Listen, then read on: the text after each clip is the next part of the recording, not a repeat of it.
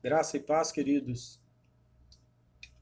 Estamos chegando para nossa meditação desta noite, nosso estudo no livro do profeta Neemias, falando sobre a restauração das portas dos muros de Jerusalém. Nós falamos sobre duas portas e hoje nós vamos falar sobre mais uma porta, a porta velha. Neemias, capítulo 3, versículo 6. Nós vamos ler. Esse versículo é o versículo chave para a nossa meditação. Mas nós vamos ler do versículo 1 até o 6. E levantou-se Eliasibe, o sumo sacerdote, com os seus irmãos, os sacerdotes, e reedificaram a porta do gado, a qual consagraram. Levantaram as suas portas até a torre de Meá, consagraram, e até a torre de Ananel. E junto a ele edificaram os homens de Jericó. Também ao seu lado edificou Zacur, filho de Inri. E a porta do peixe edificaram os filhos de Asenaá, a qual emadeiraram e levantaram as suas portas com as suas fechaduras e os seus ferrolhos. E ao seu lado reparou Meremote, filho de Urias, filho de Cós. E ao seu lado reparou Mesulão, filho de Berequias, o filho de Mesesabel. E ao seu lado reparou Zadok, filho de Baana. E ao seu lado repararam os tecoitas, porém os seus nobres não submeteram ao serviço do seu senhor. E a porta velha repararam na joiada, filho de Pazéia, e Mesulão, filho de Bezodias. Estes a emadeiraram e levantaram as suas portas com as suas fechaduras e com os seus ferrolhos. Como nós temos dito dia a dia, as portas de Jerusalém trazem para nós uma simbologia que nós podemos colocar na nossa vida, na nossa situação, naquilo que enfrentamos. E quando nós falamos de porta velha, nós vamos então falar um pouco mais sobre a nossa natureza, a natureza humana. Aquela natureza pecaminosa, a natureza de pecador. Quando não conhecemos a Deus, quando não conhecemos a Cristo, não conhecemos pecado. Na verdade, quando a Bíblia fala da entrada do pecado do homem no mundo, a Bíblia diz que ele tomou do fruto da árvore do conhecimento do bem e do mal. Então, quando nós falamos de pecado, nós falamos daquilo que a pessoa pratica conhecendo, sabendo que está fazendo algo contrário à sua natureza com a qual ele foi criado. A Bíblia diz que Deus criou o homem conforme a sua imagem e semelhança, em santidade e em justiça, ou para assim viver em santidade e justiça, para adorar e para agradar ao Senhor. Porém, o pecado entrou, e com o pecado veio então a morte, morte espiritual, porque o homem ficou distanciado de Deus, afastado da presença do Todo-Poderoso. Então, queridos, tendo havido o pecado entrado no mundo, veio aflorar no homem o conhecimento e, por que não dizer, o desejo mas de praticar as coisas erradas, de praticar o mal. O que houve então com o homem, com o ser humano? Ele se entregou ao pecado. Ele se perdeu em meio ao pecado. E tendo o homem então se perdido, precisava que ele fosse encontrado, buscado, achado novamente. E graças a Deus, nós fomos achados. Eu fui achado e creio que você também foi achado. Você foi encontrado pelo Senhor. E agora, nós passamos a viver uma vida diferente. Uma vida de novidade. Passamos a viver da maneira como nós deveríamos viver desde o início da criação, buscando a Deus, servindo a Deus, adorando-o em todo o tempo, sendo a Ele fiel e buscando paz e tranquilidade para as nossas vidas, dia após dia.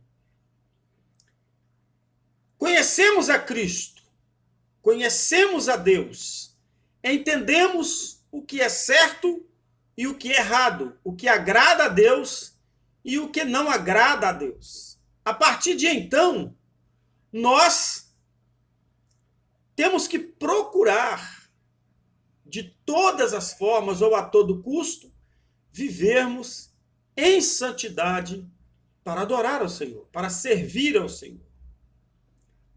Mas muitas vezes nós seremos colocados à prova. Muitas vezes seremos tentados, seremos provados. E aí muitas vezes vem aflorar de nossa parte o velho homem. E damos uma resposta, vamos dizer, merecida, mediante a situação ou a circunstância que enfrentamos. Porém, quando chegamos a sós, ou quando falamos com Deus, nós temos dele uma repreensão, porque falamos bruscamente ou abruptamente, e nós poderíamos ter evitado.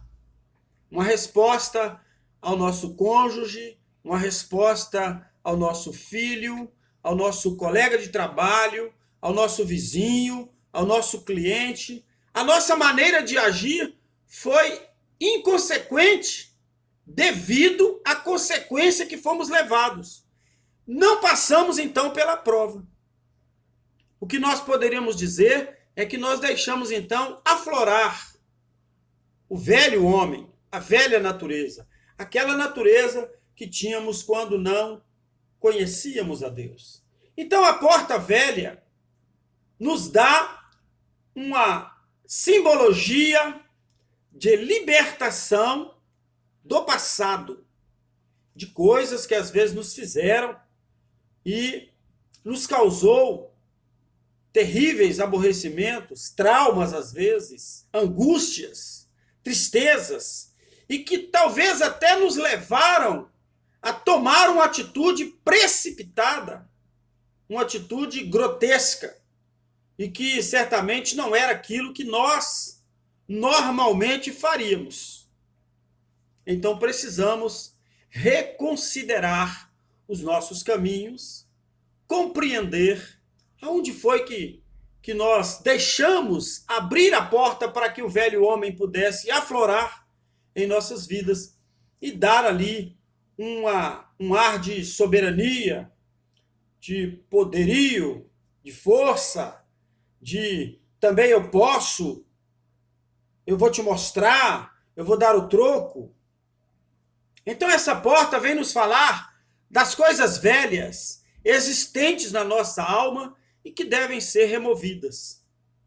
Ela ilustra um passado que deixa marcas no caráter, memórias feridas que teimam em permanecer nos machucando, nos maltratando e nos levando a achar que mesmo tendo agido com petulância, com ignorância, fugindo dos padrões do cristianismo, nós, às vezes, vamos achar que estávamos certos, porque aquela atitude, aparentemente, merecia esta resposta ou esta defesa, que muitas vezes nós colocamos como defesa. Padrões de pensamentos e hábitos alheios aos princípios do reino de Deus. Enfim, tudo quanto é herança contrária à nova vida em Cristo. Paulo declara, então, taxativamente: se alguém está em Cristo, nova criatura é. As coisas velhas já passaram, tudo se fez novo. Por muitas vezes ouvimos dizer que quem bate, esquece. Quem apanha, nunca esquece. E nós dizemos isso porque queremos justificar a nossa atitude. Evidentemente, queridos, nós não somos obrigados a esquecer as coisas que foram contrárias a nós e que nos prejudicaram. Não vamos esquecer. A nossa memória, a nossa mente, sempre nos fará voltar àquele lugar onde fomos afligidos, agredidos, insultados, afrontados e até manchados a nossa imagem. Mas nós precisamos sempre lembrar que em nossa vida está o Espírito Santo de Deus, que em nosso coração habita Jesus. E então pensarmos, no meu lugar, qual seria a atitude de Jesus? O que ele faria mediante esta situação? Então, de certa forma, não vamos esquecer aquilo que nos fizeram, principalmente quando confrontarmos com determinada pessoa, ou entrar alguém num assunto que remete você àquele passado. Mas precisamos compreender que as coisas velhas passaram e tudo na nossa vida precisa ser novidade de vida. Em outras palavras, é uma nova criação. E o passado não tem mais autoridade legal sobre ele. Essa é a realidade da nossa posição em Cristo. Acontece que em nossa alma permanecem os velhos pensamentos, velhos padrões, velhas maneiras de viver, de encarar as coisas, hábitos, muito do que faz parte da velha natureza humana, ou como nós qualificamos, a velha natureza adâmica. Tudo isso deve ser removido pela porta velha, pois nossa vida em Cristo é uma completa novidade de vida. Encontramos ali que os trabalhadores buscaram nova madeira para emmadeirar novamente a porta. Certamente passaram ali algum tipo de betume, alguma coisa que pudesse imunizar aquela madeira para que ela ficasse mais resistente a pragas. E quando Paulo fala sobre a velha natureza, quando diz que fomos instruídos em Cristo a nos despojar do velho homem, quanto ao procedimento anterior, que se corrompe pelas concupiscências do engano, a nos renovar no espírito da nossa mente e a nos revestir do novo homem, que, segundo Deus, foi criado em verdadeira justiça e santidade. Como está em Efésios, capítulo 4, versículos 21 a 24. Nos versículos a seguir, veremos que Paulo fala sobre o modo de agir do velho homem, daquele que pratica a velha natureza. E o que nós vamos compreender aqui é que, muitas vezes, aquele velho homem aquela velha natureza vai tentar aflorar. E então será o momento que nós teremos que nos revestir do novo homem para enfrentar aquela situação. Então, nos versículos seguintes, ele fala do modo de agir do velho homem. A mentira, a ira, o furto, as palavras impensadas, a amargura, cólera, ira, gritaria, blasfêmia, malícia. E ele mostra-nos que tudo isso e coisas semelhantes não devem mais ter lugar em nossa vida. E ele declara que, assim procedendo, estaríamos dando lugar ao diabo, entristecendo o Espírito Santo de Deus, no qual fomos selados para o dia da redenção. E ele nos dá uma ordem: não entristeçais o Espírito Santo de Deus. Convém, então, aqui salientar que a libertação dessas velharias mencionadas depende de uma firme determinação da vontade de as rejeitar, de expulsá-las de nossas vidas. E Paulo apela-nos a uma tomada de posição. Porque viver no passado? Por que viver no passado? Se temos uma nova vida. Por que ficarmos remoendo coisas do passado se vivemos uma nova vida, uma nova situação? Por que ter os pés embaraçados por velhas ataduras quando somos chamados a gozar a liberdade da nova vida, da nova criação, do novo ser formado e buscando formação dia a dia até alcançar a perfeição em Cristo Jesus? O caráter de Cristo.